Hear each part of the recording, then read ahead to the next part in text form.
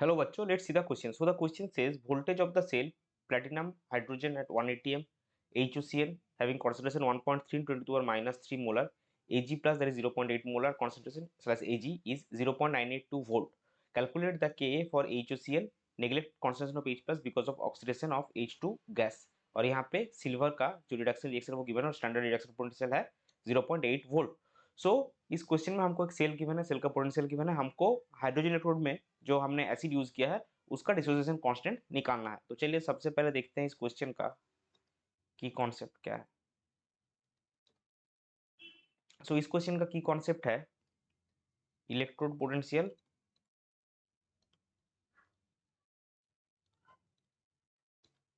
And dissociation constant of acid. So अभी देखिए यहाँ पे क्या है, हमको ये सेल गिवन है लेकिन जो आपका Ag प्लस है उसका कॉन्सेंट्रेशन क्या है 0.8 मोलर, यानी कि यूनिटी नहीं है.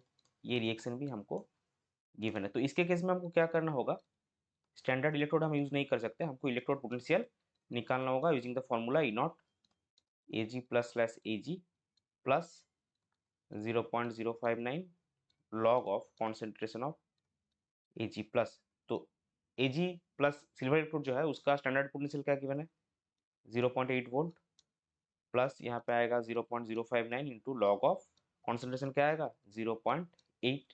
So that is 0.8 minus 0.005 volt. तो ये आपका हो जाएगा 0.795 वोल्ट. अभी देखिए हाइड्रोजन इलेक्ट्रोड को हमने एनोड में लिया है और सिल्वर इलेक्ट्रोड को कैथोड में, और सेल पोटेंशियल हमको कैसे मिलता है कैथोड माइनस एनोड. तो हम क्या करेंगे, E cell is equal to EAG plus slash AG minus EH plus slash H2 that is the potential of the hydrogen electrode.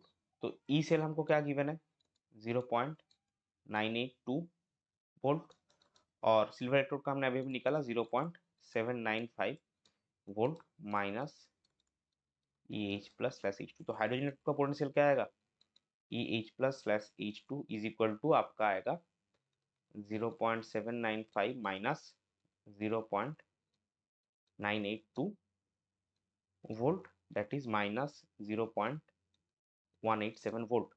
Again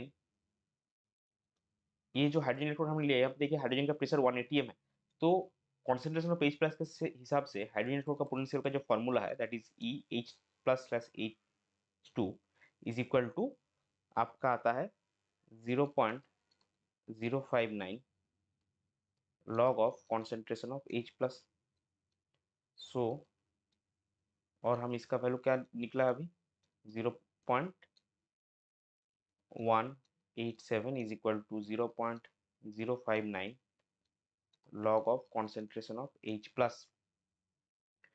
So log of concentration of H plus क्या आएगा therefore, और log of concentration of H plus is equal to आपका आएगा minus 0.187 by 0.059 जिसका value आपको मिलेगा minus 3.17. So concentration of H plus यानी कि एसिड यहाँ पे क्या आएगा minus 10 to the power minus 3.17, जिसका वैल्यू आपको मिलेगा 6.6 into 10 to the power minus 4. तो ये यहाँ पे निकला है.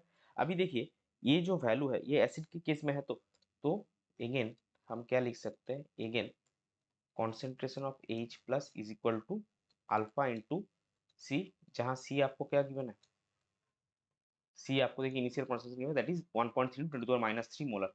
सो 1.3 into 10 to the power minus 3 molar. So आपका अल्फा क्या आएगा, that is degree of dissociation is concentration of H plus by C that is 6.6 into 10 to the power minus 4 divided by 1.3 into 10 to the power minus 3. तो ये आपका आएगा 0.5. अभी देखिए alpha यहाँ पे नेग्लिजिबल नहीं है, तो अल्फा अगर नेग्लिजिबल नहीं है तो डिसोसिएशन कांस्टेंट का फॉर्मूला हम क्या यूज करेंगे, डिसोसिएशन